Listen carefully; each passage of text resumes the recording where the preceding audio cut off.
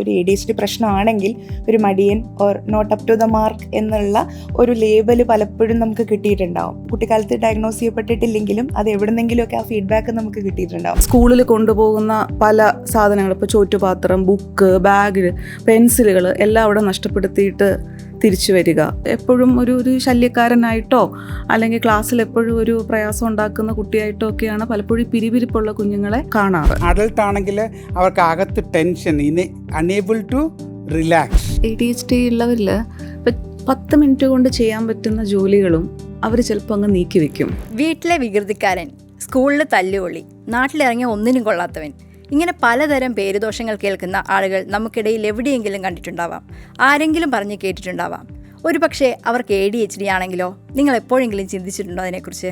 ഞാൻ അലീന, എനിക്കൊപ്പമുള്ളത് doctor John, doctor Namita, psychologist Gana. നമുക്ക് അല്പസമയം ADHDനെ കുറിച്ച് സംസാരിക്കാം. എന്താണ് ADHD എന്ന് പറയുന്നത്? ADHD എന്ന് പറയുന്ന attention deficit hyper activity disorder, അതിൻ്റെ ചുരുക്കമാണ് ADHD. ബ്രെയിനിൻ്റെ വികസനത്തിൻ്റെ, brain development or neuro development എന്ന് പറയും. അതിനുണ്ടാകുന്ന വേരിയേഷൻസും ബുദ്ധിമുട്ടുകളിൽ നിന്ന് ഉണ്ടാകുന്ന ഒരു രോഗമാണ്. ലക്ഷണങ്ങൾ മാനസികമായത് കൊണ്ട് അത് മാനസിക രോഗങ്ങളുടെ ഇടയിൽ അതിനെ ചേർത്തിരിക്കുന്നു. വളരെയധികം പേരെ ഡയഗ്നോസ് ചെയ്യാതെ പോകുന്ന ഒരു രോഗമാണ്. അതേസമയം ജീവിതത്തിൽ അവർക്ക് വളരെയധികം ബുദ്ധിമുട്ടുണ്ടാക്കുകയും ചെയ്യുന്നു.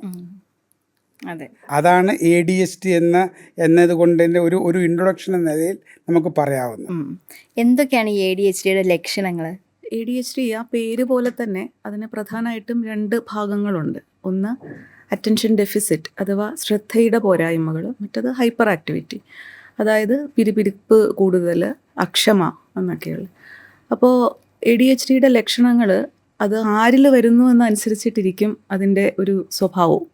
അപ്പോൾ അത് കുട്ടികളിലാണ് ADHD ഉള്ളെങ്കിൽ അത് ഒരു തരം ലക്ഷണങ്ങളും, നേരെ മറിച്ച് നമ്മൾ പ്രായപൂർത്തിയായവരിലാണ് ADHD കാണുന്നതെങ്കിൽ അവരിലെ ലക്ഷണങ്ങൾ മറ്റൊന്നുമാണ്. അതായത് പ്രായപൂർത്തിയായ ആൾക്കാർക്കും കുട്ടികൾക്കും ഒരേ രോഗത്തിന് 2 ലക്ഷണങ്ങളാണ് കാണിക്കുക. അതെ, കുട്ടികളിലെ ലക്ഷണങ്ങൾ എടുക്കുവാണെങ്കിൽ ഇപ്പോൾ ശ്രദ്ധക്കുറവിൻ്റെ ഭാഗം തന്നെ നോക്കുവാണെങ്കിൽ അപ്പോൾ അവർ ഒരു കാര്യത്തിന് ആ ഒരു കാര്യം അർഹിക്കുന്ന ഒരു ശ്രദ്ധയുണ്ട്.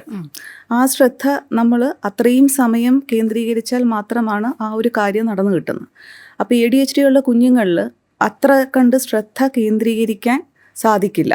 അപ്പോൾ അതിൻ്റെ ഭാഗമായിട്ട് അവരുടെ ആ ഒരു പ്രത്യേക ജോലി നടക്കില്ല, അല്ലെങ്കിൽ ആ ശ്രദ്ധ കൊടുത്തിരിക്കുന്ന ഭാഗത്തു നിന്ന് അവർ പാളിപ്പൊക്കൊണ്ടിരിക്കും, പെട്ടെന്ന് ഡിസ്ട്രാക്റ്റഡ് ആകും.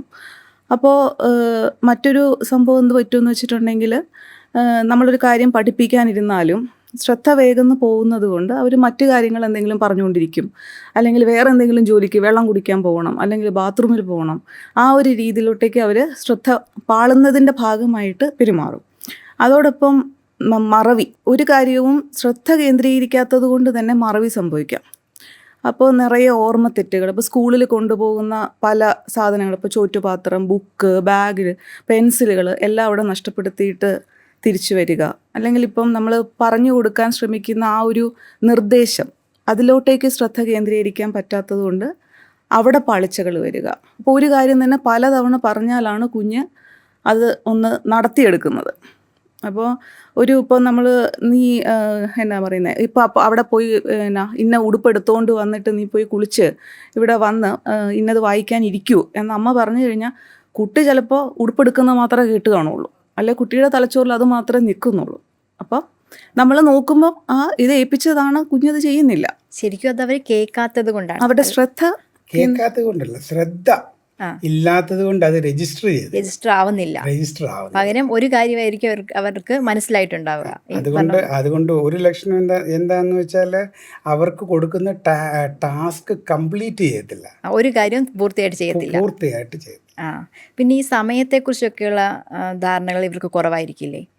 സമയത്തെക്കുറിച്ചുള്ള ധാരണ എന്ന് പറയുമ്പോൾ ഇവർ ഇഷ്ടപ്പെട്ട ഒരു കാര്യമാണെങ്കിൽ അവർ അതിനകത്ത് മുഴുകി അങ്ങിരിക്കും, വളരെ ഹൈപ്പർ ഫോക്കസ്ഡ് ആയിട്ട്. ഇപ്പോൾ അവർക്ക് ഇഷ്ടമുള്ളൊരു ഹോബി അല്ലെങ്കിൽ ഒരു ഗെയിം കളിക്കുന്നു, അങ്ങനത്തെ കാര്യത്തിലാണെങ്കിൽ അവർ എത്ര സമയം വേണമെങ്കിലും അതീവ ജാഗ്രതയോടും ശ്രദ്ധയോടും കൂടി ഇരിക്കും.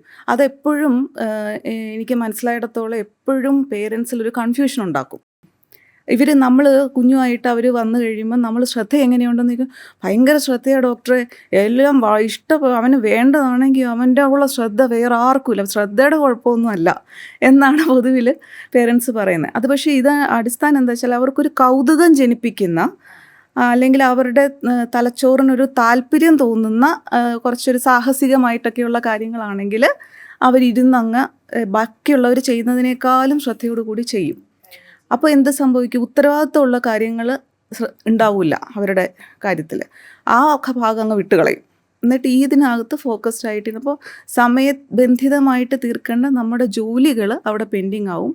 ഈ കാര്യങ്ങൾ അവിടെ നടന്നുകൊണ്ടേയിരിക്കും. ഈ ശ്രദ്ധക്കുറവ് പോലെ തന്നെ അത്ര തന്നെ പ്രാധാന്യമുള്ള മറ്റൊരു ഗ്രൂപ്പ് ഓഫ് ലക്ഷണങ്ങളാണ് പിരിപിരിപ്പിൽ പെടുന്നത്, ഹൈപ്പർ ആക്ടിവിറ്റിയിൽ പെടുന്നത്.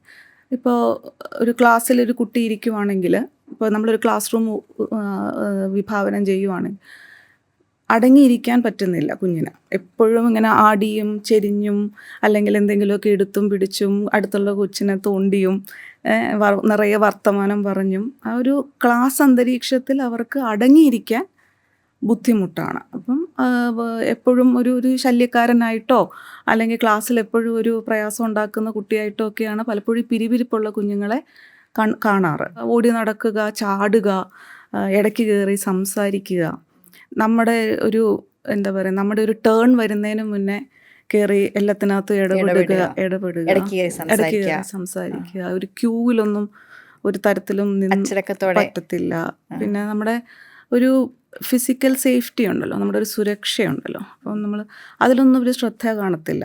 എവിടെയെങ്കിലുമൊക്കെ കയറി ചാടും, അല്ലെങ്കിൽ കൈയും കാലും ഒക്കെ പൊട്ടിയാലും അത് അടുത്ത തവണത്തേക്ക് അവരത് പിന്നെ ശ്രദ്ധിക്കുക, അങ്ങനെയൊന്നുമില്ല. അതിന് ഇമ്പൾസിവിറ്റി എന്ന് പറയും. ഇമ്പൾസിവിറ്റി അതായത് ഒന്ന് ചിന്തിച്ച് ശേഷം ചെയ്യാനുള്ള പ്രവൃത്തി ചിന്തിക്കാതെ ചെയ്യുന്ന എടുത്തുചാട്ടം എന്ന് നമുക്ക് മലയാളത്തിൽ പറയാം. 3 ടൈപ്പാണുള്ളത്. ഒന്ന് അറ്റൻഷൻ ഡെഫിസിറ്റ് പ്രോമിനൻ്റ് ആയ അല്ലെങ്കിൽ പ്രീഡോമിനൻ്റ്ലി ഇൻഅറ്റൻഷൻ എന്ന ഗ്രൂപ്പ് എന്ന് പറയും.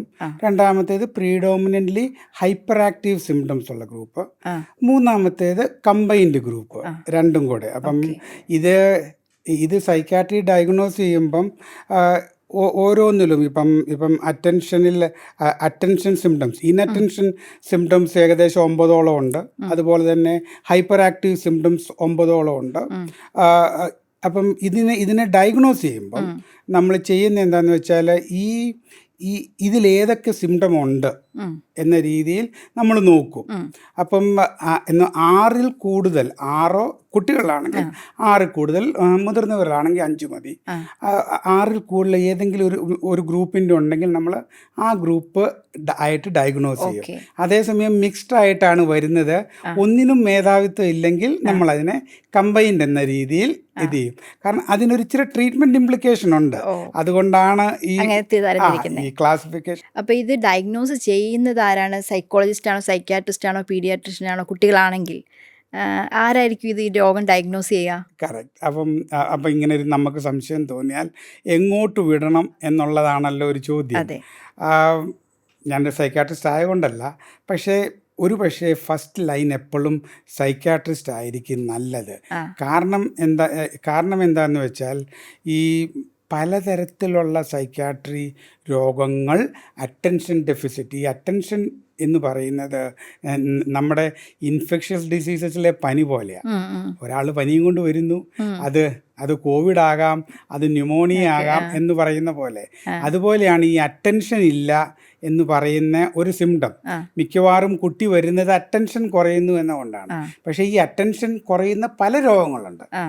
ഇപ്പം ഡിപ്രഷനിൽ അറ്റൻഷൻ കുറയും, ബൈപ്പോളാറിൽ അറ്റൻഷൻ കുറയും, ആങ്സൈറ്റിയിൽ അറ്റൻഷൻ കുറയും, തലച്ചോറിൻ്റെ മറ്റ് രോഗങ്ങളിൽ അറ്റൻഷൻ കുറയും.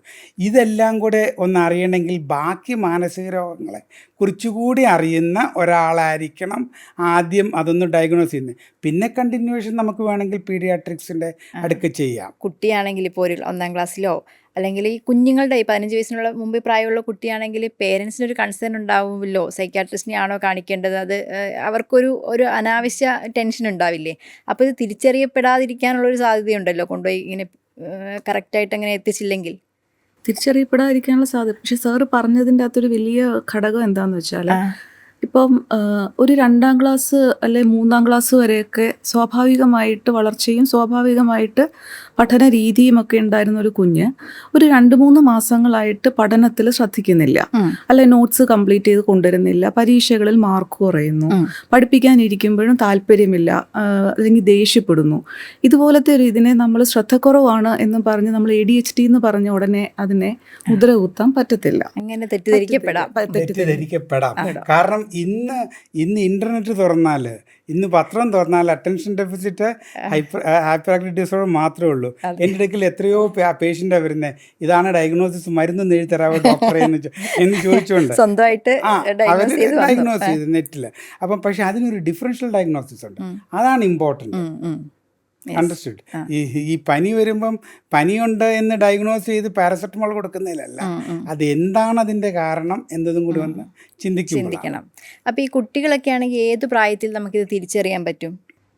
നമുക്കൊരു വളരെ ഏർലി സ്റ്റേജിൽ തന്നെ ഈ ഒരു സിംറ്റംസ് കണ്ടു തുടങ്ങാം. പക്ഷേ സ്വാഭാവികമായിട്ടുള്ള കുട്ടിക്കാലത്തെ പെരുമാറ്റങ്ങളും ഇതും തമ്മിൽ വേർതിരിച്ചറിയാനുള്ള ഒരു ബുദ്ധിമുട്ട്. കാരണം ചെറിയ കുട്ടികൾക്ക് എപ്പോഴും എനർജി കൂടുതലാണ്, അവരൊരു സ്ഥലത്ത് അടങ്ങിയിരിക്കില്ല, അവർക്ക് ശ്രദ്ധ കുറവാണ്, അവർ പറഞ്ഞ ഒരു കാര്യം ചെയ്യണമെങ്കിൽ അവരോട് ഒരുപാട് തവണ പറയണം.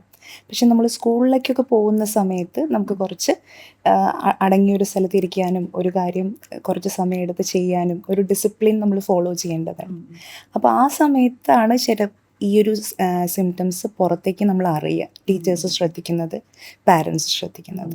കുട്ടിക്കാലത്തെ ഉണ്ടെങ്കിലും നമ്മളൊരു 6 to 12 years ആ ഒരു സമയത്താണ് ശരിക്കും ഇതൊരു ഡയഗ്നോസിബിൾ ഫേസിലേക്ക് അല്ലെങ്കിൽ ഒരു ശ്രദ്ധ കിട്ടുന്നത് പൊതുവെ. പക്ഷേ കുട്ടിയല്ലേ, അവന് കുറച്ച് കുട്ടിത്തം കൂടുതലാണ്, വികൃതി കൂടുതലാന്ന് പറയുന്ന പേരൻസ് ഒരുപാട് പേരുണ്ട്. അപ്പോൾ ശരിക്കും ഇപ്പോൾ ഇത് കണ്ടുകൊണ്ടിരിക്കുന്ന ഒരാളാണെങ്കിൽ എന്തൊക്കെ ലക്ഷണങ്ങളുണ്ടെങ്കിൽ, ഇപ്പോൾ ലക്ഷണങ്ങൾ നമ്മൾ ഓൾറെഡി പറഞ്ഞു, നിങ്ങൾ ADHD ആണ് എന്ന് ഒരു ചിന്ത കൊടുത്ത് ഒരു സൈക്യാട്രിസ്റ്റിനെ കാണേണ്ടത് ഏതൊക്കെ സാഹചര്യങ്ങളാണെന്ന് പറയാൻ പറ്റുമോ?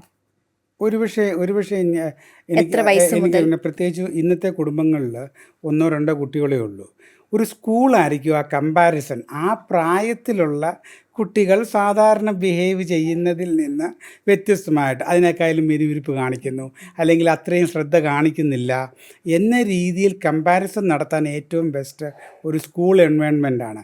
അതുകൊണ്ടാണ് സാധാരണ കുട്ടികൾക്ക് തുടക്കം മുതലേ ഉണ്ടെങ്കിലും ഇതൊന്ന് ശ്രദ്ധയിൽപ്പെടുന്നത് 6-7 ഏജ് ഗ്രൂപ്പ് വരുമ്പോഴാണ് മിക്ക അതുകൊണ്ടാണ് ഡോക്ടർ ഗാന പറഞ്ഞ പോലെ അത് 6ാം ക്ലാസ് മുതലാണ്. പക്ഷേ ADHD ഡയഗ്നോസ് ചെയ്യണമെങ്കിൽ ഈ ലക്ഷണങ്ങൾ 12ാം വയസ്സിന് മുമ്പ് തന്നെ ഉണ്ടായിരിക്കണം എന്നൊരു കൺസെപ്റ്റുണ്ട്, ഒരു ക്രൈറ്റീരിയ ഉണ്ട്. അതുകൊണ്ടാണ് ആ 6 to 12 years എന്ന് പറഞ്ഞത്. അത് കഴിഞ്ഞിട്ടൊരു ഫ്രഷ് ഡയഗ്നോസിസ് നമ്മൾ അഡൽട്ട് ADHDകളിലൊക്കെ ചെയ്യാറുള്ളൂ, കുട്ടികളിൽ നമ്മൾ. അതെ, അതായിരുന്നു എൻ്റെ അടുത്ത സംശയം. അതായത് നമ്മൾ കുട്ടികളെ ഈ പറഞ്ഞ പ്രായത്തിൽ ഡയഗ്നോസ് ചെയ്തിട്ടില്ല, അപ്പോൾ അടുത്തത് അഡൽട്ട് ADHD എന്നാണ് പറയുന്നത്. അത് ഏത് പ്രായത്തിലായിരിക്കും കണ്ടുപിടിക്കുക? അതെന്താണ് ശരിക്കും അഡൽട്ട് ADHD എന്ന് പറയുന്നത്? ഇതിൻ്റെ തുടർച്ചയായിട്ട് വരുന്നതാണോ? അതായത് കുട്ടിക്കാലത്ത് ഡയഗ്നോസ് ചെയ്യാത്ത ആൾക്കാർക്ക് പിന്നീട് കണ്ടെത്തുന്നതിനെയാണോ അഡൽട്ട് ADHD എന്ന് പറയുന്നത്? നമുക്ക് രണ്ടായിട്ട് അതിനെ വേർതിരിക്കാം. ഒന്ന് കുട്ടിക്കാലത്ത് തുടങ്ങി അഡൽട്ട്ഹുഡിലോട്ട് കണ്ടിന്യൂ ചെയ്യുന്ന ADHD. ഓക്കെ. രണ്ടാമത്തേത് അഡൽട്ട് ആയിരിക്കുമ്പോൾ ഡയഗ്നോസ് ചെയ്യുന്നത്.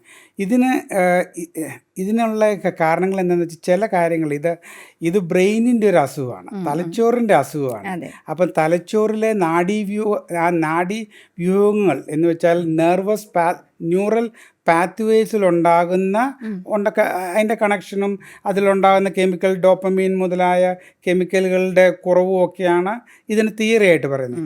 അപ്പം ഇത് വളർന്നുകൊണ്ടിരിക്കുകയാണ്. ഓക്കെ. അതായത് പ്രായം കൂടുന്നതനുസരിച്ച് എവിടെയാണോ അതിൻ്റെ പ്രശ്നങ്ങളുള്ളത്, തലച്ചോറിൽ എവിടെയാണോ ആ വളർച്ചയ്ക്ക് കുറവ് വരുന്നത് എന്നനുസരിച്ച് ചിലപ്പം കുട്ടിക്കാലത്ത് തന്നെ വരും, ചിലപ്പോൾ അത് മാനിഫെസ്റ്റ് ചെയ്യാൻ അഡൽട്ട് വരെ ആകണം. Okay, understood. അപ്പം അങ്ങനെ വരുമ്പോഴാണ്, അതാണ് ഡോക്ടർ പറഞ്ഞത്, കുട്ടിക്കാലത്ത് കാണിക്കുന്ന ലക്ഷണങ്ങളല്ലായിരിക്കും ഒരു അഡൽട്ട് ADHD പേഷ്യൻറ്റിലെ ഗ്രൂപ്പ് അത് തന്നെ. അറ്റൻഷൻ പ്രശ്നം, ഹൈപ്പർ ആക്ടിവിറ്റി. പക്ഷേ ഇപ്പോൾ ഹൈപ്പർ ആക്ടിവിറ്റി എന്ന് നമ്മൾ പറയുന്നു, കുട്ടികളാകുമ്പോൾ ഓടി നടക്കും. അതേസമയം അഡൽട്ടാണെങ്കിൽ അവർക്ക് അകത്ത് ടെൻഷൻ, അൺഏബിൾ ടു റിലാക്സ്, ഒരു ഇന്നർ കണ്ടിന്യൂസ് ഒരു ഫീലിംഗ് ഓഫ് റെസ്റ്റ്ലെസ്നെസ്. പക്ഷേ നമുക്ക് പുറത്തോട്ട് കാണാൻ പറ്റിയില്ലെന്നിരിക്കും. അതുകൊണ്ടാണ് അത് ആ വളർച്ച അനുസരിച്ച് ഇതിൻ്റെ സിംറ്റംസ് പ്രകടമാകാം. അതുകൊണ്ടാണ് ഇപ്പം അഡൽട്ട് ഓൺസെറ്റ് അഡൽട്ട് ADHD എന്നൊരു കൺസെപ്റ്റ് വന്നിരിക്കുന്നത്. ആദ്യകാലത്തെ ഡെഫിനിഷനിൽ 12 വയസ്സ്. നമ്മൾ കുട്ടികളിലെ ADHD നമ്മൾ ചികിത്സിക്കുന്നില്ല, നമ്മൾ അതിന് വേണ്ടിയിട്ടുള്ള മാർഗങ്ങളൊന്നും സ്വീകരിക്കുന്നില്ലെങ്കിൽ 50% കുട്ടികളിലും വളർന്ന് അത് അഡൽട്സ് ആകുമ്പോൾ അവരിൽ ADHD ലക്ഷണങ്ങൾ അതുപോലെ തന്നെ നിലനിൽക്കുന്നു എന്നുള്ളതാണ്. ലക്ഷണങ്ങൾക്ക് വ്യത്യാസം വരാം, പക്ഷേ ഡയഗ്നോസിസ് അവിടെ നിലനിൽക്കുന്നു. ഡയഗ്നോസിസ് മാത്രമല്ല, അതുമൂലം ഉണ്ടായേക്കാവുന്ന നഷ്ടങ്ങൾ, അവരുടെ ജീവിതത്തിൽ അവർ ഫേസ് ചെയ്യുന്ന നഷ്ടങ്ങളും അത്ര കണ്ട് തന്നെ നിലനിൽക്കുന്നു. അപ്പം കുട്ടികളിൽ നേരത്തെ തന്നെ ഇത് കണ്ടുപിടിച്ച് നമ്മൾ അവരിൽ ആ കാലഘട്ടത്തിൽ എന്താണോ ആവശ്യം അതിനെ, ആ പോരായ്മകളെ നികത്തിക്കൊണ്ട് ട്രീറ്റ്മെൻറ്റ് ഫേസുകൾ നമ്മൾ കംപ്ലീറ്റ് ചെയ്ത് മുന്നോട്ട് വന്നാൽ ഒരു കുറേയേറെ കേസുകളിലെങ്കിലും, ഈവൻ ഒരു 50% മുകളിൽ തന്നെ ഈ സിംറ്റംസ് കൺട്രോൾ ആയതുകൊണ്ട് അവർക്ക് അഡൽട്ട്ഹുഡിൽ വലിയ പ്രശ്നങ്ങളില്ലാതെ കടന്നു പോകാം. ഇപ്പം സാറ് പറഞ്ഞ പോലെ ഇന്നർ റെസ്റ്റ്ലെസ്നെസ് ആണ്, ഉള്ളിലാണ് ആ ഒരു തിടുക്കവും വെപ്രാളവും. ആങ്സൈറ്റി എന്ന് പറയാൻ പറ്റത്തില്ല, അതൊക്കെ അടങ്ങി ഇരിക്കപ്പുറതിയില്ല, സമാധാനം ഇല്ലാത്തൊരവസ്ഥ. അവർക്ക് എങ്ങനെയെങ്കിലും ഒരു പുറത്ത് ചാടണം, അല്ലെങ്കിൽ നടക്കണം, അല്ലെങ്കിൽ എന്താ പറയുക വേറെ എന്തെങ്കിലുമൊക്കെ മൾട്ടിപ്പിൾ കാര്യങ്ങൾ അപ്പം തന്നെ ചെയ്യണം. ഇങ്ങനത്തെ ഒരു പിരിവിരിപ്പാണ് അഡൽസിൽ വരുന്നത്. അതുകൊണ്ടാണ് ഒരു സൈക്യാട്രിസ്റ്റ് ആണ് ബെറ്റർ എന്ന് ഞാൻ പറഞ്ഞത്. സാധാരണക്കാർ അതിനെ ആങ്സൈറ്റി എന്ന് പറഞ്ഞിട്ട് തെറ്റിദ്ധരിക്കാം, അല്ലെങ്കിൽ ആങ്സൈറ്റിയെ ഇതായിട്ടും തെറ്റിദ്ധരിക്കാം. പിന്നെ അതുപോലെ തന്നെ ഈ ഭയങ്കര മടിയനാണ്, പണ്ടേ അലസനാണ്, ഇങ്ങനെ ഒരു പേരാണ് കിട്ടുന്നത്. ഇപ്പോൾ ഒരു ജോലി തീർക്കുന്നില്ല, അല്ലെങ്കിൽ നമ്മൾ നോക്കുവാണെങ്കിൽ ഇപ്പോൾ ബില്ലുകളൊന്നും സമയത്ത് അടയ്ക്കുന്നില്ല, എപ്പോഴും വൈകിയേ വരത്തുള്ളൂ, ഒരു കാര്യത്തിലൊരു കൺസിസ്റ്റൻസി ഇല്ല, ഒരു സ്ഥിരതയില്ല. ഇപ്പം കഴിവുകളുണ്ട്, ബുദ്ധിയുണ്ട്, ഒത്തിരി നല്ല ആശയങ്ങളുണ്ട്, എന്താ പറയുക ആരും ചിന്തിക്കാത്ത ലെവലിലൊക്കെ ചിന്തകളൊക്കെ പോകുന്നുണ്ട്, പക്ഷേ നിറയെ എനർജിയുണ്ട്. ഒരു എന്താ പറയുക ADHD അഡൽസിനെ നോക്കുവാണെങ്കിൽ രസികന്മാരാവാം, എന്തൂസിയാസ്റ്റിക് ആൾക്കാരാണ്, ഒത്തിരി സുഹൃത്തുക്കളുണ്ട്. പക്ഷേ വ്യക്തിപരമായിട്ടുള്ള ഒരു അഡൽട്ട് എന്നുള്ള രീതിയിലുള്ള അവർ പെർഫോം ചെയ്യേണ്ട കുറച്ച് അടിസ്ഥാന റോളുകളുണ്ട്, അടിസ്ഥാന രീതികളുണ്ട്. അവിടെയൊക്കെ പോരായ്മകളാണ്. പഠനത്തിലാവാം, അതല്ലെങ്കിൽ ജോലിയിലാവാം, ബന്ധങ്ങൾ ഇപ്പം എന്താ പറയുക ഒരു കുടുംബനാഥനാണെങ്കിൽ അവിടുത്തെ ബില്ലുകൾ അടയ്ക്കുക, EMIകൾ അടയ്ക്കുക, സാധനങ്ങൾ തീരുന്നതനുസരിച്ച് അതൊക്കെ ചെയ്തു പോകേണ്ട റോളിൻ്റെ ഭാഗമാണ്. ADHD ഉള്ള ഒരാൾക്ക് അവിടെയൊക്കെ പെർഫോമൻസ് പ്രശ്നങ്ങൾ വരുന്നു. അതേമാതിരി തന്നെ സാമ്പത്തിക കാര്യങ്ങളിൽ ഒത്തിരി പ്ലാനിങ് നടക്കില്ല, ബുദ്ധിമുട്ടുകൾ, പ്ലാനിങ് ഉണ്ടാവും പക്ഷെ നടപ്പാക്കാൻ പറ്റത്തില്ലാത്തൊരു സാഹചര്യം ഉണ്ടാവും. പിന്നെ ഇമ്പൾസിവിറ്റി ഉള്ളതുകൊണ്ട് ബൈയിങ്ങും അതും കൂടുതലാണോ, സ്പെൻഡിങ് കൂടാ.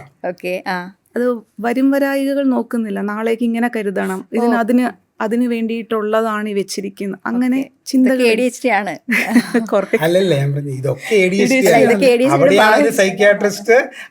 അത് ബൈപോളർ ആകാം.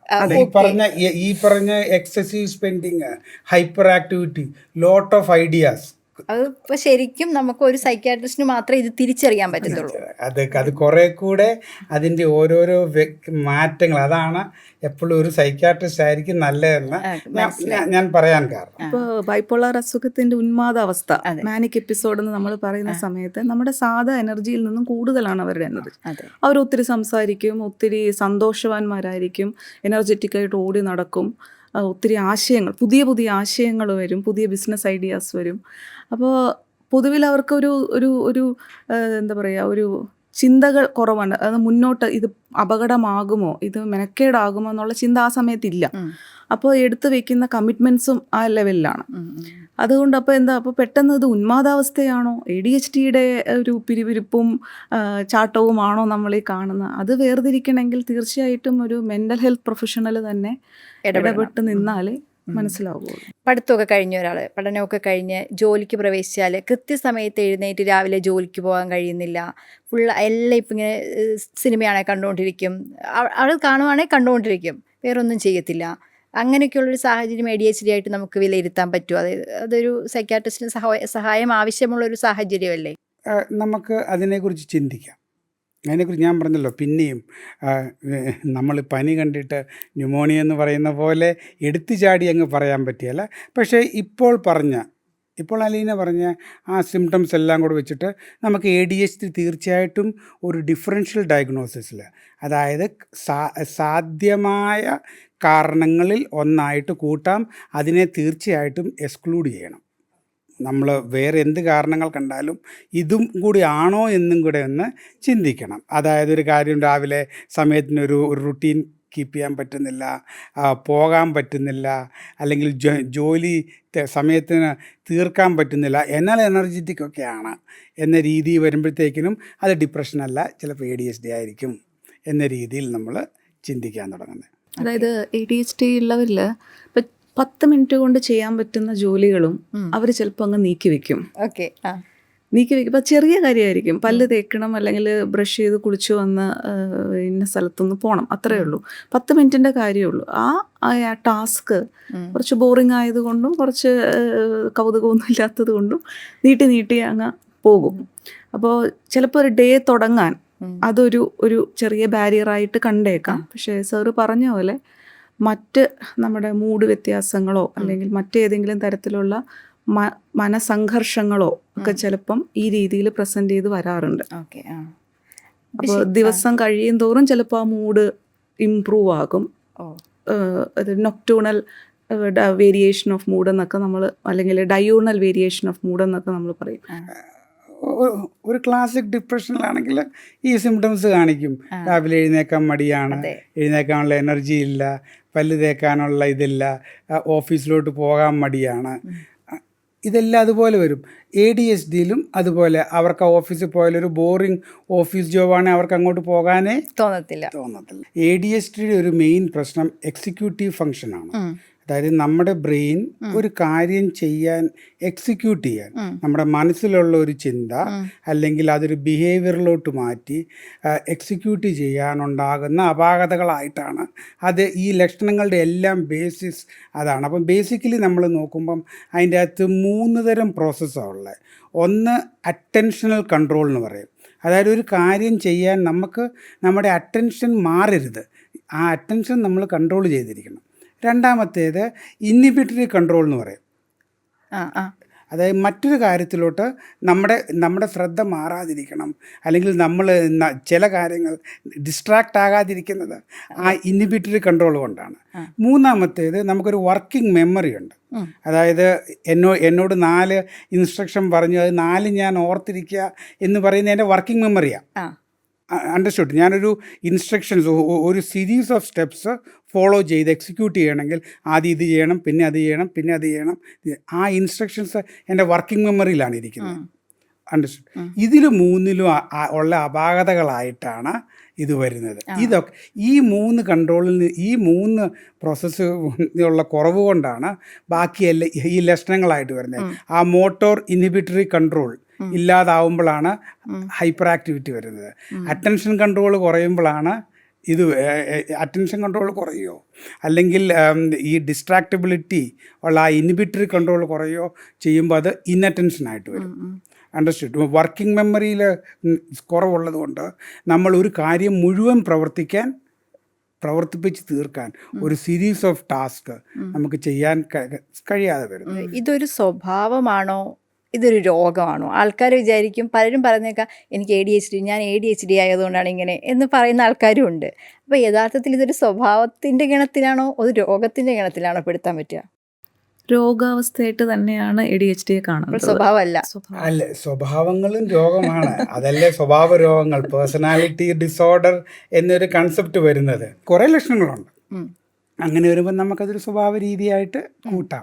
ഇത് രോഗമായിട്ട് ഡയഗ്നോസ് ചെയ്യും, ഡിസോർഡർ എന്ന രീതിയിൽ ഡയഗ്നോസ് ചെയ്യുമെങ്കിൽ ആ ക്രൈറ്റീരിയാസ് മുഴുവൻ വന്നിരിക്കുന്നത്. എല്ലാ രോഗങ്ങൾക്കും ഒരു മിനിമം റിക്വയർമെൻ്റ് ഉണ്ട്. WHO ക്രൈറ്റീരിയ വെച്ച് ആണ് നമ്മൾ ഈ ഡയഗ്നോസിസുകൾ നടത്തുന്നത്. അപ്പോൾ അതിനൊരു മിനിമം റിക്വയർമെൻ്റ് ഉണ്ട്. അണ്ടർസ്റ്റുഡ്? അപ്പം ഈ മിനിമം റിക്വയർമെൻ്റ് ഇല്ലാത്തപ്പോൾ അതിനൊരു രോഗമായിട്ട് ശരിക്കും ഡയഗ്നോസ് ചെയ്യല്ല എന്നാണ് നിയമം.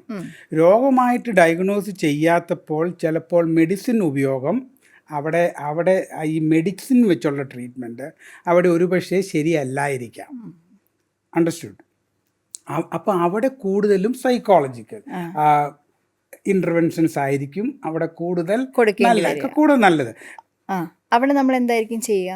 നമ്മൾ ഡയഗ്നോസിബിൾ ലെവലിലല്ലെങ്കിലും ഈ പറഞ്ഞ ചിലപ്പോൾ ശ്രദ്ധക്കുറവ് നമ്മളെപ്പോഴാണ് ഒരു കുട്ടീൻ്റെ ഇതൊരു പ്രശ്നമായിട്ട് കാണുക, ആ കുട്ടിയുടെ പഠനത്തിനെയോ അല്ലെങ്കിൽ സ്വാഭാവികമായിട്ടുള്ള പ്രവർത്തനങ്ങളെ ബാധിക്കുമ്പോൾ, ഇല്ലെങ്കിൽ കമ്മ്യൂണിക്കേഷനെ, ബന്ധങ്ങളെ, ആ കുട്ടിയുടെ സ്വാഭാവികമായിട്ടുള്ളൊരു വളർച്ചേനെ ബാധിക്കുന്നുണ്ട്, പ്രവർത്തനങ്ങളെ ബാധിക്കുന്നുണ്ടെന്ന് തോന്നുമ്പോൾ, അപ്പോൾ എന്തായാലും അതിലൊരു ഇൻ്റർവെൻഷൻ ആവശ്യമാണ് ആ കുട്ടിയുടെ ഫങ്ഷൻസ് ഇമ്പ്രൂവ് ചെയ്യാൻ വേണ്ടിയിട്ട്, മേ ബി ലൈഫ് ഇമ്പ്രൂവ് ചെയ്യാൻ വേണ്ടിയിട്ട്. അപ്പോൾ ചിലപ്പോൾ സാർ പറഞ്ഞ പോലെ നമ്മൾ മരുന്ന് ഉപയോഗിക്കുന്നില്ലെങ്കിലും നമ്മൾ ത്രൂ സൈക്കോളജിക്കൽ ഹെൽപ്പ്, സൈക്കോതെറപ്പീസ് കൊടുത്തുകൊണ്ട് ആ കുട്ടിയുടെ ആ കഴിവുകൾ, ഏതൊക്കെ സിംറ്റംസ് ആണോ നമ്മൾ ഐഡൻറ്റിഫൈ ചെയ്യുന്നത്, അത് ഓരോരാൾക്കും ഓരോ രീതിയിലായിരിക്കാം. ഓരോ കുട്ടികൾക്കും ഈ പ്രസൻറ്റേഷൻ, ഈ സിംറ്റംസിൻ്റെ തന്നെ പുറത്തേക്കുള്ള പ്രസൻറ്റേഷൻസ് ഡിഫറെൻ്റ് ആയിരിക്കും. അപ്പം നമ്മൾ ഒരു ഉദാഹരണം പറയുകയാണെങ്കിൽ ഇപ്പം ഡിഫറൻസ് ഉണ്ടായിരിക്കും എന്ന് പറയുമ്പോൾ ഇൻഅറ്റൻഷൻ കാണിക്കുന്നത് ചിലപ്പോൾ ചില കുട്ടികൾക്ക് ഈ എന്താണ് സംസാരിക്കുമ്പോഴൊക്കെ ചിലപ്പം വിട്ടുപോവാം എന്ന് വെച്ചാൽ പൂർത്തിയാക്കാൻ പറ്റാത്ത ഒരു പ്രശ്നം വരും. ചിലപ്പോൾ കുട്ടിയോട് പറയുമ്പം തന്നെ, ഇപ്പം സാർ പറഞ്ഞു നമ്മൾ ഒരു വർക്കിംഗ് മെമ്മറിയുടെ കാര്യമൊക്കെ പറഞ്ഞല്ലോ, കാരണം 3-4 കാര്യങ്ങൾ സ്കൂളിൽ നിന്നൊക്കെ ടീച്ചേഴ്സ് ഇൻസ്ട്രക്ഷനൊക്കെ കൊടുക്കുമ്പോൾ ഒരു കാര്യം കേൾക്കും, ബാക്കി കേൾക്കില്ല, ബാക്കി കുട്ടിക്ക് മനസ്സിലാവില്ല, ഓർ അത് രജിസ്റ്റർ ആവില്ല, അതുകൊണ്ട് ആൾ ചെയ്യേണ്ട പ്രവർത്തനങ്ങൾ കംപ്ലീറ്റ് ആവില്ല. ചില ആൾക്കാർക്ക് കമ്മ്യൂണിക്കേഷൻ, രണ്ടുപേരിരുന്ന് സംസാരിക്കുമ്പോൾ സുഹൃത്തുക്കളോട് ഒക്കെ സൗഹൃദമൊക്കെ ഉണ്ടാക്കാനും അത് നിലനിർത്താനും ഒക്കെ നമുക്ക് കമ്മ്യൂണിക്കേഷൻ ആവശ്യമാണ്. ചിലപ്പം കുട്ടികൾക്ക് പ്രോപ്പറായിട്ട് കമ്മ്യൂണിക്കേറ്റ് ചെയ്യാൻ പറ്റുക, കമ്മ്യൂണിക്കേഷനുള്ള പ്രശ്നമല്ല, അവർ അറ്റൻഷൻ ഇഷ്യൂവും കാര്യങ്ങളൊക്കെ കൊണ്ട് അവർ പെട്ടെന്ന് സബ്ജക്ട്സ് മാറിപ്പോവുക, ചിലപ്പോൾ ഒന്നിൽ തന്നെ ഒരു സബ്ജക്റ്റിൽ തന്നെ സ്റ്റിക്ക് ഓൺ ചെയ്തിട്ട് സംസാരിക്കാൻ പറ്റാണ്ടാവുക, ഇങ്ങനത്തെ പല വിഷയങ്ങൾ സംസാരിക്കുക, ഒന്നിൽ തന്നെ കണ്ടിന്യൂ ചെയ്യാൻ പറ്റാതിരിക്കുക, ചിലതിൽ ഒരുപാട് ശ്രദ്ധിക്കുക. ഹൈപ്പർ ഫോക്കസ് എന്ന് പറയുന്ന ഈ സിസ്റ്റം വർക്ക് ചെയ്യുന്നത് ഒരു ഇൻട്രസ്റ്റ് ബേസിലാണ്, ഇമ്പോർട്ടൻസ് ബേസിലല്ല. അതുകൊണ്ടാണ് പഠനം ഇമ്പോർട്ടൻ്റ് ആണെങ്കിലും ഏതിലാണ് എനിക്ക് ഇൻട്രസ്റ്റ് എന്നുള്ള കാര്യം നോക്കിയിട്ട് അതിലേക്കാണ് കൂടുതൽ പോകുന്നത്. മറ്റേത് ഹൈപ്പർ ഫോക്കസ് എന്ന് പറയുമ്പോൾ നമ്മൾ ഒരുപാട് ശ്രദ്ധിക്കുന്നതും ഒരു വിഷയത്തിൽ ഒരുപാട് ശ്രദ്ധിക്കുന്നതും അതാണ് അലീന ചോദിച്ച ചോദ്യത്തിന്റെ ഉത്തരം. ഏത് ശ്രദ്ധ കുറവാണോ ശ്രദ്ധ കൂടുതലാണോ എന്ന് പറയുന്നത് സാധാരണയുള്ള കാര്യങ്ങളിൽ ഈ പറഞ്ഞ പോലെ നമുക്കൊരു മെന്റൽ റിവാർഡ് ഓർ നമുക്കൊരു പെട്ടെന്നൊരു എക്സൈറ്റ്മെന്റ് കിട്ടുന്ന, സന്തോഷം കിട്ടുന്ന കാര്യങ്ങളിലേക്ക് പെട്ടെന്ന് ശ്രദ്ധ പോകും. അതുകൊണ്ടാണ് അതെ. അതേ സമയത്ത് നമുക്ക് കുറച്ച് മെന്റൽ എഫേർട്ട്, മാനസികമായിട്ട് പ്രവർത്തനം വേണ്ട കാര്യങ്ങളാണ് പഠനം ഓർ എന്തെങ്കിലും നമുക്ക് റിപ്പീറ്റഡ് ആയിട്ട് ചെയ്യേണ്ട കാര്യങ്ങൾ. ഇതിൽ നമുക്ക് പെട്ടെന്ന് ബോറടിക്കുക ഓർ മാനസികമായിട്ടുള്ളൊരു ക്ഷീണം പെട്ടെന്ന് വരിക. അപ്പോൾ അതുകൊണ്ടാണ് പെട്ടെന്നൊരു ശബ്ദം കേൾക്കുമ്പോഴോ ഓർ അവിടെ എന്താ സംഭവിക്കുന്നതെന്നോ പെട്ടെന്ന് ഡിസ്ട്രാക്റ്റ് ആയിട്ട് പോകുന്നൊരു പ്രശ്നം. അതുപോലെ ഈ പറഞ്ഞ പോലെ ഗെയിം ഓർ അതുപോലെ നമുക്ക് ഇൻട്രസ്റ്റ് തോന്നുന്ന, നമ്മളെ എക്സൈറ്റ് ചെയ്യിപ്പിക്കുന്ന കാര്യങ്ങളിലേക്ക് ചില സബ്ജക്ട്സ് തന്നെ ആൾക്ക് വളരെ ഇൻട്രസ്റ്റ് ഉള്ള കാര്യങ്ങളാണെങ്കിൽ അതിൽ ചിലപ്പോൾ ഫുൾ മാർക്സ് ഉണ്ടാവും. അതാണ് പറയണത്, കണക്ക് താല്പര്യമില്ല എന്നാ മലയാളത്തിലും ബാക്കിയുള്ള വിഷയങ്ങളൊക്കെ നല്ല മാർക്ക്. പക്ഷെ ചില കുട്ടികൾക്ക് കണക്കിൽ താല്പര്യം കൂടുതലും ഫുൾ മാർക്സ് വാങ്ങുന്ന ADHD ഡയഗ്നോസ് ചെയ്ത കുട്ടികളുണ്ട്. അപ്പം നമുക്ക് കൃത്യമായിട്ട് ഇതിങ്ങനെ വരുള്ളൂ എന്ന് പറയാൻ പറ്റില്ല. അതുകൊണ്ടാണ് ഓരോ കുട്ടികളിലും ഇതിൻ്റെ പ്രസൻറ്റേഷൻ ഡിഫറെൻ്റ് ആയിരിക്കും എന്ന് പറയുന്നത്. പെട്ടെന്ന് ഫലം കിട്ടുന്ന ആക്ടുകളുണ്ട്, പെട്ടെന്നാണ് റിവാർഡ്. ഇപ്പോൾ ഗെയിം കളിക്കുമ്പോൾ നമ്മുടെ സ്കോറുകൾ കൂടുന്നത് പെട്ടെന്നാണ് നമ്മൾ കാണുന്നത്. ഒരു പരീക്ഷയ്ക്ക് പഠിച്ച് അടുത്ത ആഴ്ച പരീക്ഷ നടന്ന് ജയിച്ച് അതിലൊരു മെഡൽ കിട്ടുമോ കിട്ടില്ലയോ എന്നുള്ള അൺസർട്ടനിറ്റികളോ ക്ഷമ അവിടെ വേണ്ടി വരുന്ന സാഹചര്യങ്ങളൊന്നും ഇല്ലെങ്കിൽ അവർ അത് ടാസ്ക് അങ്ങ് വേഗം കംപ്ലീറ്റ് ചെയ്യും, ശ്രദ്ധയായിട്ട് തന്നെ വേഗം ചെയ്യും. അതായത് ക്ഷമയോടെ ഒരു കാര്യം ചെയ്യാൻ ബുദ്ധിമുട്ടായിരിക്കും. അതെ, ഇതേ കാര്യം തന്നെ ഒരു അർജൻസി വരികയാണ്. ഇപ്പം നാളെ എക്സാം ഉണ്ട് എന്നുള്ളൊരവസ്ഥയിൽ ഇന്ന് ലാസ്റ്റ് മിനിറ്റ് ചെയ്യാൻ പല ആൾക്കാർക്കും പറ്റാറുണ്ട്. ചില ആൾക്കാർക്ക് അതും ബുദ്ധിമുട്ടായിരിക്കും. പക്ഷേ അർജൻസി, ഇപ്പോൾ ഇപ്പം വേണം, ഇപ്പം പ്രഷർ നടക്കണം എന്നുള്ളൊരു സിറ്റുവേഷനിൽ പ്രഷർ അതുകൊണ്ടാണ് ഒത്തിരി പേര് അഡൽട്സ് പറയുന്നത് ഒരു പ്രസൻറ്റേഷൻ ഉണ്ട് 2 ആഴ്ച കഴിഞ്ഞ് ചെയ്യത്തില്ല മാറ്റി വെച്ചുകൊണ്ടിരിക്കും.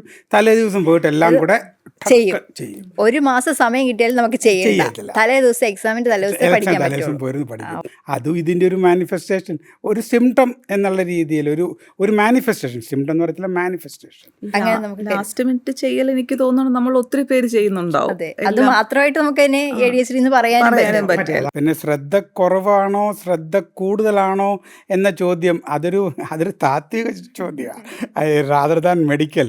കാരണം ഈ ശ്രദ്ധ ഇവിടെ കുറയുന്നത് മറ്റുള്ളവർക്ക് ശ്രദ്ധ കൂടുന്നതുകൊണ്ടാണ്. അതെ അതെ, വേറൊരിടത്ത് നമ്മുടെ ശ്രദ്ധ പോകുന്നു. അറ്റൻഷണൽ കൺട്രോളാണ്. നമുക്കൊരാവശ്യം അറ്റൻഷണൽ ഒരു കാര്യത്തിലൊന്ന് ഫോക്കസ് ചെയ്യുക എന്നുള്ളതാണ്. അത് പറ്റാതെ പോകുന്നതാണ് ഇതിൻ്റെ ആവശ്യമായ രീതിയിൽ ആവശ്യമായ സമയത്ത് ആവശ്യമുള്ളിടത്തോളം ചെയ്യുന്നതിൽ അതാണ് attentional control. Hyperfocus ഇവർക്കുണ്ട്.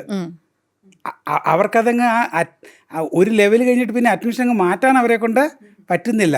Successful attention control is ചെയ്യേണ്ടപ്പോൾ അറ്റൻഷൻ ചെയ്യുക, അതിനുശേഷം മാറുക, വിട്ടുകൊടുക്കുകയും എന്താണ് ചെയ്യുക. പ്രാധാന്യമുള്ളതെന്നും കൂടെ കാണാൻ പറ്റുന്നതാണ് സ്വാഭാവികമായിട്ടുള്ള ഒരവസ്ഥ. പ്രയോറിറ്റൈസ് ചെയ്യാൻ പറ്റണം. കാര്യങ്ങൾക്ക് വേണ്ട പ്രാധാന്യം ഈ കൊടുക്കാൻ പറ്റാതെ സമയത്ത് എൻ്റെ ശ്രദ്ധ എന്തിലാണ് ഏറ്റവും കൂടുതൽ വേണ്ടത് നമ്മൾ പ്രയോറിറ്റൈസ് ചെയ്യുന്നുണ്ട്. അപ്പം ആ പ്രയോറിറ്റൈസേഷൻ ഇവരിൽ കുറച്ച് ബുദ്ധിമുട്ടാണ്. അവർക്ക് ഇൻട്രസ്റ്റ് എന്തിലാണ് അല്ലെങ്കിൽ അവർക്ക് കൗതുകം എന്തിലാണ്, അതിലോട്ടാണ് അവരുടെ ശ്രദ്ധ കൂടുതലും പോകുന്നത്. അതായത് ഈ 30കളിലൊക്കെ ഡയഗ്നോസ് ചെയ്യുന്ന അല്ലെങ്കിൽ 40s-ലൊക്കെ early 40s-ലൊക്കെ എനിക്ക് ADHD ഉണ്ടോ എന്ന് ചിന്തിക്കുന്ന ആൾക്കാരും പോയി തിരിച്ചറിയുന്ന ആൾക്കാരുണ്ടാവും. അവരുടെ ജീവിതം ഇനി ഈസി ആക്കാനായിട്ട് ഇത്രയും കാലം അവർ സ്ട്രഗിൾ ചെയ്യുന്നുണ്ടാവും. ഇനി ബെറ്റർ ആക്കാൻ നമുക്ക് എന്താ ചെയ്യാൻ പറ്റുക? എന്ത് സജഷനാണ് അങ്ങനെയുള്ള ആൾക്കാർക്ക് കൊടുക്കാൻ പറ്റുക? ഒന്ന്, നമുക്ക് ആദ്യം തന്നെ ചെയ്യേണ്ടത് ഇതെന്താണ് ഇത് ADHD. നമ്മളിത് അറിയുന്നത് പലപ്പോഴും ഈ സോഷ്യൽ മീഡിയയിൽ കൂടെയും ഒക്കെ നമ്മൾ ഒരുപാട് ഇതുപോലത്തെ ഓൺലൈൻ ടെസ്റ്റുകളൊക്കെ ചെയ്തിട്ടാണ് നമ്മളിത് എനിക്ക് ADHD ആണോ എന്ന് തിങ്ക് ചെയ്യുന്നത്. അപ്പോൾ ഇതൊരു കൃത്യമായിട്ടുള്ള ഒരു ഡയഗ്നോസിസ് ആണോ അല്ലെങ്കിൽ ഇത് മറ്റെന്തെങ്കിലും പ്രശ്നമാണോ എന്ന് തിരിച്ചറിയാം. അവയർനെസ് ഇമ്പ്രൂവ് ചെയ്യുക എന്നുള്ളതാണ് ആദ്യത്തെ കാര്യം. അതിന് ഒരു മെൻ്റൽ ഹെൽത്ത് പ്രൊഫഷണലിനെ മീറ്റ് ചെയ്യുന്നതായിരിക്കും ഏറ്റവും വിശ്വസനീയമായിട്ടുള്ള ഒരു മാർഗ്ഗം. അപ്പോൾ അവിടെ ഒന്ന് നമ്മൾ മീറ്റ് ചെയ്യുമ്പോൾ ഡോക്ടേഴ്സിൻ്റെ നിർദ്ദേശം, ചിലപ്പോൾ അത് ADHD തന്നെയാണെന്ന് ഉറപ്പ് വരുത്തുക. അപ്പോൾ അതിന് മരുന്നിൻ്റെ മെഡിക്കേഷനാണ് എപ്പോഴും ഒരു ഫസ്റ്റ് ലൈൻ ഓഫ് മാനേജ്മെൻറ്റ്. അത് മരുന്നിൻ്റെ ആവശ്യമുണ്ടെങ്കിൽ അത് ഒപ്പം എന്തൊക്കെയാണ് അവർക്ക് ബുദ്ധിമുട്ടുകൾ വരുന്നത്, ഇത് പറയുന്നത് പോലെ ട്രീറ്റ്മെൻ്റ് ആണെങ്കിൽ ഒരു ടൈലർ മെയ്ഡ് ഒരാൾക്ക് എന്താണ് ബുദ്ധിമുട്ട് എന്നുള്ളതിനെ നോക്കിയിട്ടാണ് നമ്മൾ ചികിത്സയുടെ രീതി അല്ലെങ്കിൽ അത് തയ്യാറാക്കുന്നത്.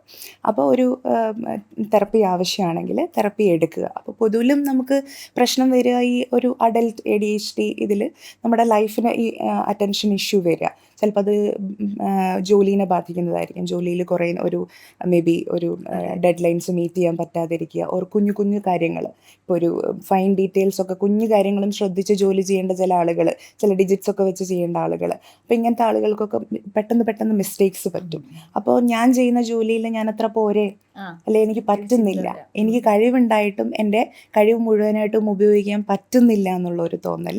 അപ്പോൾ അവനവനെ പറ്റി തന്നെ ഞാൻ അത്ര പോരാ, ഞാനൊരു ഫെയിലിയറാണ്, അല്ലെങ്കിൽ എന്തുകൊണ്ട് ഇതൊക്കെ സംഭവിക്കുന്നു എന്നൊക്കെയുള്ള ഒരു തോന്നലിലായിരിക്കും മിക്ക ആളുകളും. എന്നെ കൊണ്ട് ഇത് പറ്റുന്നില്ലല്ലോ, എന്നെ കൊണ്ട് പറ്റില്ല, അങ്ങനെ അവനവനെ തന്നെ ഒരു നെഗറ്റീവായിട്ട് ജഡ്ജ് ചെയ്ത് ലൈഫ് ഒരു ഫെയിലിയറാണ്. പിന്നെ മാഡം നേരത്തെ പറഞ്ഞു, നമ്മളെപ്പോഴും ഒരു മടിയൻ, ഇതൊരു ADHD പ്രശ്നമാണെങ്കിൽ ഒരു മടിയൻ or not up to the mark എന്നുള്ള ഒരു ലേബൽ പലപ്പോഴും നമുക്ക് കിട്ടിയിട്ടുണ്ടാവും. അപ്പോൾ നമുക്ക് കുട്ടിക്കാലത്ത് ഡയഗ്നോസ് ചെയ്യപ്പെട്ടിട്ടില്ലെങ്കിലും അത് എവിടെന്നെങ്കിലുമൊക്കെ ആ ഫീഡ്ബാക്ക് നമുക്ക് കിട്ടിയിട്ടുണ്ടാവും. അപ്പോൾ ഈ ഒരു അഡൽട്ട് ഫേസിൽ എപ്പോഴും അത് സെൽഫ് എസ്റ്റീം, ഞാൻ എന്ത്, ഇല്ലെങ്കിൽ എൻ്റെ ഒരു ക്വാളിറ്റി, എന്നിലുള്ള ഒരു വിശ്വാസം, എന്നെ പറ്റിയിട്ടുള്ളൊരു മതിപ്പൊക്കെ കമ്പാരിറ്റീവ്ലി കുറവായിട്ടാണ് ഉണ്ടാവാറ്. കാരണം ഓൾറെഡി നമുക്കുള്ള ഒരു സ്കില്ലിനനുസരിച്ച് നമുക്ക് പെർഫോം ചെയ്യാനോ അതിൻ്റെ റിസൾട്ട് കാണിക്കാനോ പറ്റിയിട്ടുണ്ടാവില്ല. അത് പഠനത്തിലാവാം, അതിപ്പം ജോലിയിലാവാം. അപ്പോൾ ഇത് എവിടെയാണ് മിസ്റ്റേക്ക് വരുന്നത് എന്നല്ലെങ്കിൽ പ്രശ്നം വരുന്നതെന്ന് നമ്മൾ കൃത്യമായിട്ട് മനസ്സിലാക്കുക. അതൊരു ചിലപ്പം ലൈഫ് സ്റ്റൈൽ ചേഞ്ചസ് ചിലപ്പോൾ സഹായിക്കും. കാരണം പലപ്പോഴും നമ്മളിങ്ങനെ ഒരു ജോലിയിലൊക്കെ ആണെങ്കിൽ ചിലപ്പം ഡേ ഡ്രീമിങ് പോലെയുള്ള പ്രശ്നങ്ങൾ, നമ്മൾ വേറെ എന്തെങ്കിലും ഇഷ്ടമുള്ള കാര്യങ്ങളിലേക്ക് ഇങ്ങനെ പൊക്കൊണ്ടേയിരിക്കാൻ നമുക്കൊരു സന്തോഷം, അത് അറിയാണ്ട് സംഭവിക്കുന്നതാണെങ്കിൽ പക്ഷെ നമ്മളത് എൻജോയ് ചെയ്യും. അങ്ങനെയുള്ളൊരു പ്രശ്നം അതിനെ എങ്ങനെ മറികടക്കണം എന്നുള്ള അതാണെങ്കിൽ അതിനെ മറികടക്കാനുള്ള മാർഗ്ഗങ്ങൾ നമ്മൾ ഒരു മെൻ്റൽ ഹെൽത്ത് പ്രൊഫഷണലുമായിട്ട്, അത് ഓരോരാൾക്കും വ്യത്യാസമാണ്. അപ്പോൾ കൃത്യമായിട്ടുള്ള മാർഗ്ഗങ്ങൾ നമുക്ക് പറയാൻ പറ്റില്ല. പിന്നെ ഈ നമുക്ക് ടൈം എങ്ങനെ മാനേജ് ചെയ്യണം എന്നറിയാത്ത പ്രശ്നങ്ങൾ, ഇതിനെ പ്ലാൻ ചെയ്യാനായിട്ട് എങ്ങനെയാണെന്ന് പഠിക്കുക. കുറേ നമുക്ക് പ്ലാനിങ് ആൻഡ് ഓർഗനൈസേഷൻ നമുക്ക് ഏത് കഴിവാണെങ്കിലും നമ്മൾ പ്രാക്ടീസ് ചെയ്താൽ ഇമ്പ്രൂവ് ചെയ്യും എന്നാണല്ലോ. അപ്പോൾ അത് എങ്ങനെ പ്രാക്ടീസ് ചെയ്യണം, ടൈം മാനേജ്മെൻറ്റ് കുറേ നമുക്ക് ഇപ്പോൾ ടെക്നോളജി പോലും നമുക്ക് ടൈമർ, കാലണ്ടർ, ഒരുപാട് കാര്യങ്ങൾ നമുക്ക് യൂസ് ചെയ്യാനുണ്ട്. അപ്പോൾ നമുക്ക് മറന്നു പോകുന്ന പ്രശ്നങ്ങളുണ്ടെങ്കിൽ, ടൈം മാനേജ് ചെയ്യാനുള്ള പ്രശ്നങ്ങളുണ്ടെങ്കിൽ അതിനെ എങ്ങനെ കൃത്യമായിട്ട് ഓർഗനൈസ് ചെയ്യണമെന്ന് പഠിക്കുക. കുറേ സ്കില്ലുകൾ പഠിക്കുക എന്നുള്ളതാണ്, കുറേ കഴിവുകൾ. സാർ പറഞ്ഞ പോലെ നമുക്ക് ഈ അറ്റൻഷൻ എങ്ങനെ റെഗുലേറ്റ് ചെയ്യണം എന്നാണ്, നമ്മുടെ ടൈമും എഫേർട്ടും എങ്ങനെ കൃത്യമായിട്ട് ആരോഗ്യപരമായിട്ട് ഇതിനെ റെഗുലേറ്റ് ചെയ്യണം എന്നുള്ള ബുദ്ധിമുട്ടാണ് നമുക്ക് വരുന്നത്. അപ്പോൾ അതിനെ എങ്ങനെ ചാനലൈസ് ചെയ്യണം എന്നുള്ളത് നമ്മൾ ഒരു മെൻ്റൽ ഹെൽത്ത് പ്രൊഫഷണലിൻ്റെ സപ്പോർട്ടോടു കൂടി നമ്മൾ പഠിക്കുക. അത് റെഗുലറായിട്ട് ലൈഫിൽ പ്രാക്ടീസ് ചെയ്യുക. അത് ഡെഫിനറ്റ്ലി അവരുടെ ലൈഫ് ആ ക്വാളിറ്റി ഇമ്പ്രൂവ് ചെയ്യും. ഇന്ന് മിക്ക അഡൾട്ടും അവർ തന്നെത്താൻ ഡയഗ്നോസ് ചെയ്തുകൊണ്ടാണ് വരുന്നത്. പക്ഷേ നമ്മളിത് കേൾക്കുമ്പോൾ, ഇപ്പം ഞാനിപ്പം ഇപ്പം പറഞ്ഞുകൊണ്ടിരിക്കുമ്പോൾ ഞാൻ ഓർക്കുമായിരുന്നു എല്ലാ കാര്യങ്ങളും ഞാൻ അവസാന ദിവസമാണ് ചെയ്യുന്നത്. അതുപോലെ തന്നെ ഇഷ്ടമുള്ള കാര്യങ്ങൾ ഞാൻ കൂടുതൽ സമയം ചെലവഴിക്കും. പിന്നെ ഡേ ഡ്രീമിങ് ചെയ്യൂ, അയ്യോ എനിക്ക് ADHD ആണോ സാധനമാണ് നമ്മൾ സംസാരിച്ചപ്പോൾ മുതൽ ഞാൻ ആലോചിക്കുന്നത് അണ്ടർസ്റ്റുഡ്. അപ്പം അങ്ങനെ വരുമ്പോഴത്തേക്കിന് നമ്മൾ ഓവർ ഡയഗ്നോസിസ് ചെയ്യാനുള്ള ഒരു സാധ്യതയുണ്ട്. മാത്രമല്ല നമ്മൾ ജീവിതത്തിൽ 10, 30, 40 വയസ്സാകുമ്പോഴത്തേക്കിനും ജീവിതത്തിൽ പയ്യെ പുറകിലോട്ട് പോകാൻ തുടങ്ങും. അപ്പോൾ അതിനൊരു കാരണമായിട്ടും നമ്മളിതിനെ പ്രൊജക്റ്റ് ചെയ്യാനുള്ള ഒരു സാധ്യതയുണ്ട്. അപ്പം so A diagnosis can be made as A reason. അവിടെ ഡയഗ്നോസിസ് ഇല്ല. നമുക്കെല്ലാവർക്കും ഹാബിറ്റില്ല. ഇപ്പം ഡേ ഡ്രീമിങ് അല്ലെങ്കിൽ ഒരു കാര്യം അവസാനം വരെ ചെയ്യുന്നു, അല്ലെങ്കിൽ ടൈം മാനേജ്മെൻറ്റ് നടക്കുന്നില്ല. These are all things which we all have. അതിനൊരു രോഗമെന്ന് വിളിക്കുന്നതിന് മുമ്പ് ചില സ്കില്ല് ഡെവലപ്പ് ചെയ്യേണ്ട ആവശ്യമാണോ എന്നുള്ള അതാണ് ഗാന പറഞ്ഞത്. ടൈം ഈ ഇൻഡിവിജ്വൽ സ്കിൽസിൻ്റെ കുറവാണോ അതെയോ അതിൻ്റെ പുറകിലൊരു അറ്റൻഷൻ ഡെഫിസിറ്റ് എന്ന ഒരു പ്രശ്നം, കാതലായ ഒരു പ്രശ്നം ഉണ്ടോ?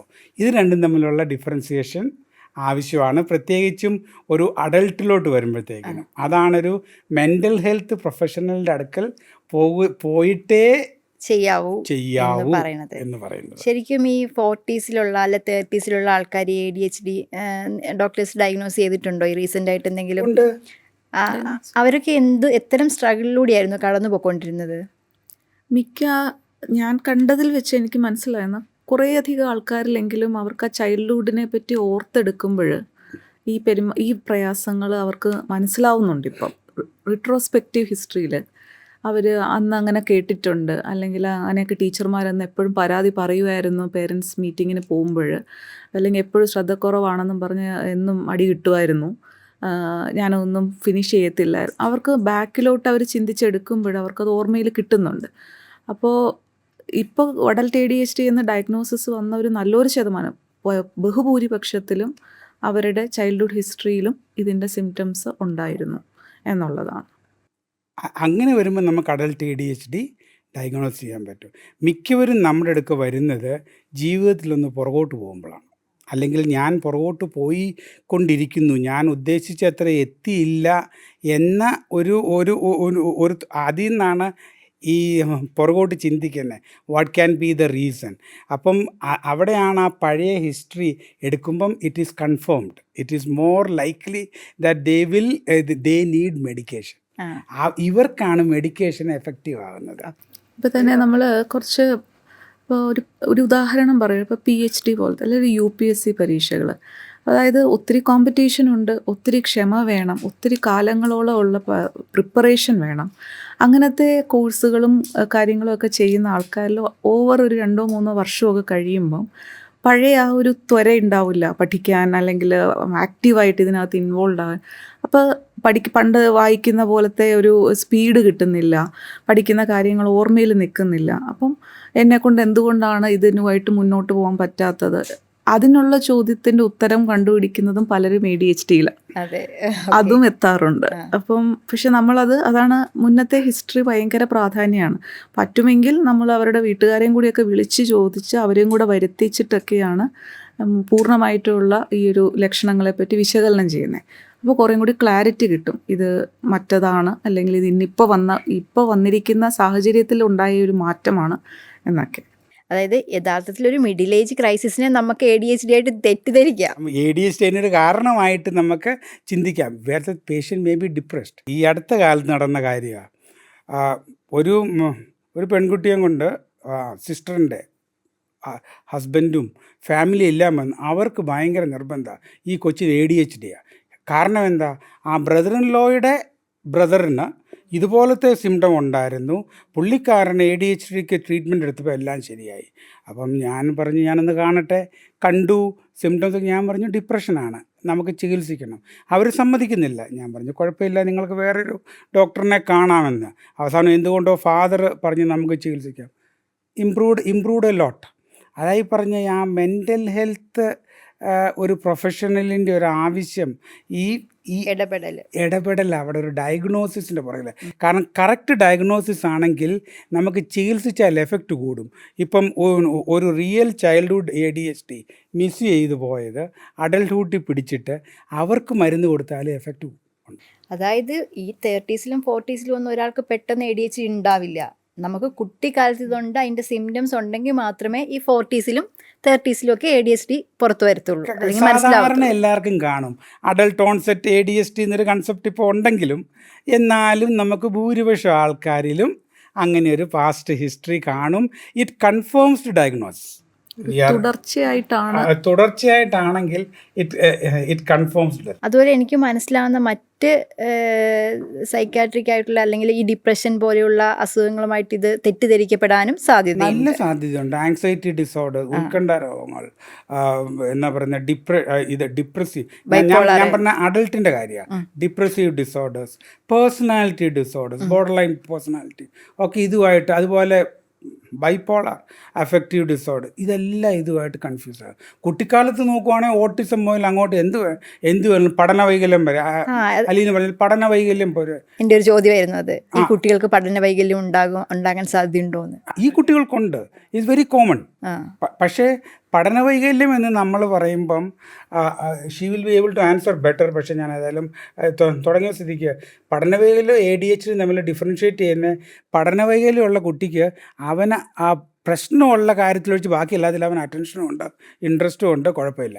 പക്ഷേ പഠന വൈകല്യത്തിൻ്റെ ആ സബ്ജക്റ്റ് കൊടുക്കുമ്പം അവന് ബോറായി, ഇറിറ്റേറ്റഡായി എന്ന രീതിയിൽ വരുമെന്നാണ്. അതെ. ADHD ഉള്ള കുഞ്ഞുങ്ങളിൽ SLD അഥവാ പഠന വൈകല്യത്തിൻ്റെ തോത് വളരെ കൂടുതലാണ്. അപ്പോൾ നമ്മൾ ശ്രദ്ധക്കുറവ് മാത്രമല്ല അവരുടെ പഠനത്തിലെ പ്രശ്നം. അവിടെ അവർക്ക് ഇപ്പം നമ്മളൊരു ഡിസ്ലെക്സി ഉള്ളൊരു കുഞ്ഞാണെന്ന് വിചാരിക്കും. അപ്പോൾ വായിക്കാൻ ബുദ്ധിമുട്ടാണ്. അപ്പോൾ അവർ സ്ലോ ആണ് വായിക്കാൻ. അക്ഷരങ്ങൾ പലതും അവർക്ക് മനസ്സിലാവുന്നില്ല തലച്ചോറിൽ. അക്ഷരങ്ങൾ കൂട്ടി വായിക്കുന്ന ആ ഒരു പ്രക്രിയ തലച്ചോറിൽ പ്രശ്നത്തിലാണ്. അപ്പോൾ വായനയിൽ സ്ലോ ആകുന്നു, ഇല്ലാത്ത അക്ഷരങ്ങൾ ചേർത്ത് വായിക്കുന്നു. അപ്പം ഇങ്ങനെയുള്ളൊരു കുഞ്ഞ് ശ്രദ്ധക്കുറവ് കൊണ്ടാണ് പഠിക്കാത്തത് എന്ന് നമുക്ക് പറയാൻ പറ്റില്ല. അവിടെ കുഞ്ഞ് വളരെയധികം ക്ഷമയോടും ശ്രദ്ധയോടും കൂടി ഇരിക്കുന്നുണ്ട്. പക്ഷേ ഈ ഒരു പോരായ്മ, പഠന വൈകല്യത്തിൻ്റെ പോരായ്മ നിലനിൽക്കുന്നതുകൊണ്ടാണ് പഠനം ശരിയാവാത്തത്. അതുപോലെ തന്നെ ഇപ്പം എഴുതാൻ ബുദ്ധിമുട്ടുള്ളൊരു കുഞ്ഞാണ്, ഇപ്പോൾ ഡിസ്ഗ്രാഫിയ എന്ന് പറയും നമ്മളതിന്. അപ്പോൾ എഴുതാൻ പറ്റും. അപ്പോൾ എഴുതി വരുമ്പോഴും നിറയെ മിസ്റ്റേക്സാണ്, അക്ഷരം വളരെ മോശമാണ്. ആവശ്യമുള്ളിടത്തും ഇല്ലാത്തിടത്തും ഒക്കെ ക്യാപിറ്റൽ ലെറ്റർ എഴുതുക, അല്ലെങ്കിൽ ഫുൾ സ്റ്റോപ്പ് ഇടാൻ പറ്റുന്നില്ല. അപ്പം അല്ലെങ്കിൽ എഴുതുന്നതിൽ തന്നെ ജമ്പിൾ ചെയ്ത് പോവുക. ഇപ്പം പിയും ഡിയും മാറി, ബിയും ഡിയും മാറിപ്പോകുക, തിരിഞ്ഞു പോകുക. അപ്പോൾ ഇതൊന്നും ശ്രദ്ധക്കുറവിൽ സംഭവിക്കുന്ന പ്രശ്നങ്ങളല്ല. അവരുടെ തലച്ചോറിൽ ആ പഠന വൈകല്യത്തിന് സമാനമായ മാറ്റങ്ങൾ വന്നതുകൊണ്ടുണ്ടായ പ്രശ്നമാണ്. അപ്പോൾ ഇതിനെ രണ്ടായിട്ട് വേർതിരിച്ച് അവിടെയാണ് വീണ്ടും ഡയഗ്നോസിസ് നമുക്ക് പ്രധാനമാവുന്നത്. ശ്രദ്ധ കിട്ടിയാൽ എല്ലാം ശരിയായി, പഠനം എല്ലാം ശരിയായി എന്ന് പറയാൻ പറ്റത്തില്ല. രണ്ടിനെയും വേർതിരിച്ച് മനസ്സിലാക്കി ലേണിംഗ് ഡിസോർഡർ ആണെന്നുണ്ടെങ്കിൽ റെമഡിയൽ എഡ്യൂക്കേഷൻ ഭാഗത്തോട്ടേക്ക് വേണം നമ്മുടെ ചികിത്സാ രീതി മാറാൻ. അല്ലാണ്ട് ശ്രദ്ധ ഇമ്പ്രൂവ് ചെയ്യാനോ നമ്മൾ സൈക്കോതെറാപ്പിയോ ബിഹേവിയർ തെറാപ്പിയോ അല്ലെങ്കിൽ ശ്രദ്ധ ഇമ്പ്രൂവ് ചെയ്യാനുള്ള മരുന്നുകൾ കൊടുക്കുകയോ മാത്രമല്ല പിന്നെ അവിടുത്തെ ട്രീറ്റ്മെൻറ്റ്. അതെ. അപ്പോൾ പഠന വൈകല്യത്തിൻ്റെ ഏരിയ വേറെ തന്നെയാണ്, പക്ഷെ വളരെയധികം വളരെ കൂടിച്ചേർന്ന് കാണാറുണ്ട് രണ്ടും. അങ്ങനെ പെട്ടെന്ന് പുറത്തുനിന്ന് നോക്കിയ ഒരാൾക്കത് വ്യക്തമാകണം എന്നില്ല. വ്യക്തമാണത് ഓരോന്നും. ഇത് കുട്ടികളിലൊക്കെ നമ്മളെപ്പോഴും പറയുന്ന ഒരു ഇതുണ്ട്, ഒരു ബാസ്ക്കറ്റ് മുഴുവൻ ഡയഗ്നോസിസ് ആയിരിക്കും. അത് ചിലപ്പോൾ ആ തലച്ചോറിൻ്റെ മാച്ചുറേഷൻ നടക്കുന്നതിൽ വരുന്ന ആ ഒരു ഇതുകൊണ്ടായിരിക്കാം, അതിൻ്റെ ഒരു പ്രയാസങ്ങൾ കൊണ്ടായിരിക്കാം അവിടെ ഇവിടെ എല്ലാം വിടുന്ന സിംറ്റംസ് നമുക്ക് കിട്ടും. അപ്പം ഇത് എന്തിലോട്ടാണ് കൂടുതലും ഇത് മുൻതൂക്കം വരുന്നത് എന്നുള്ളിടത്താണ് നമ്മളും ശ്രദ്ധ കൊടുക്കുന്നത്. അതും കുട്ടികളെ നമ്മൾ ഫോളോ അപ്പ് ചെയ്യുകയാണ് ചെയ്യുന്നത്. ഒരു ദിവസം കൊണ്ടൊരു ഡയഗ്നോസിസ് ഉണ്ടാക്കി അതിൽ മാത്രം ഉതകുന്ന ചികിത്സയല്ല. മുന്നോട്ടേക്കും നമ്മൾ കുട്ടിയെ ഒബ്സർവ് ചെയ്യുവാണ്. ഓവർ ദ ടൈം കുഞ്ഞിൽ എന്താണ് മാറ്റങ്ങൾ വരുന്നത്, പഠനത്തിൽ എന്താ മാറ്റം വരുന്നത്, സ്വഭാവത്തിൽ എന്താണ് മാറ്റം വരുന്നത്, എല്ലാം ഒബ്സർവ് ചെയ്താണ് നമ്മൾ ചികിത്സയിലും ആ ഒരു വ്യത്യാസം കൊടുത്തുകൊണ്ടിരിക്കുന്നത്. നമ്മൾ ADHD എന്ന രോഗം നോക്കുക, ചികിത്സിക്കുന്നില്ലെങ്കിൽ അവർക്കൊരു ഡ്രഗ് അഡിക്ഷൻ ഉണ്ടാകാനുള്ള സാധ്യത കൂടുന്നു. അവർ ജോബിലും ലൈഫിലും ഫെയിലിയർ ആകാനുള്ള സാധ്യത കൂടുന്നു. റിലേഷൻഷിപ്പ് ഭയങ്കര മോശമാകുന്നു. അങ്ങനെ അതായത് ജനറൽ ക്വാളിറ്റി ഓഫ് ക്വാളിറ്റിയും ലൈഫ് സാറ്റിസ്ഫാക്ഷനും അതിഭയങ്കരമായിട്ട് കുറയും. കുട്ടിക്ക് ഒരു സ്വഭാവ വ്യത്യാസങ്ങൾ കാണുമ്പോൾ ഇത് വളർത്തുദോഷമാണ്. അതെ, അത് വളരെയധികം പ്രത്യേകിച്ച് അമ്മമാർക്ക് കിട്ടുന്ന ഒരു എന്ന് വെച്ചാൽ വലിയൊരു അവയർനെസ് ഇല്ലാത്ത ഫാമിലിയിലൊക്കെ വളർത്തുദോഷമാണ്, നിൻ്റെ കുഴപ്പമാണ് എന്നൊക്കെയുള്ള രീതിയിൽ. അപ്പോൾ ഇവർക്ക് ഈ ഒരു ക്രിറ്റിസിസം, കുടുംബത്തിൽ നിന്ന് വരുന്ന ഒരു കുറ്റപ്പെടുത്തൽ, ഇവർക്ക് അറിയുന്നില്ല എന്താ സംഭവിക്കുന്നത്, കുട്ടീനെ മാനേജ് ചെയ്യാൻ പറ്റുന്നില്ല. ഈ ഓഫീസിൽ ഇരുന്ന് ജോലി ചെയ്യുന്ന അവരെ കൊണ്ട് പറ്റുന്ന കാര്യമല്ല. പേരൻസ് പറയും അവന് കൂട്ടുകാർ മതി, കൂട്ടുകാർ പറയുന്ന മാത്രമേ അവൻ ചെയ്യുള്ളൂ. ഒത്തിരി തെറ്റിദ്ധാരണകളുണ്ട്. ഈ കുട്ടികൾക്ക് മരുന്ന് കൊടുക്കാവോ, ജീവിതകാലം മുഴുവൻ മരുന്ന് കഴിക്കണോ, അതുകൊണ്ട് കുട്ടികൾക്ക് സൈഡ് ഇഫക്ട്സ് ഉണ്ടാവുമോ,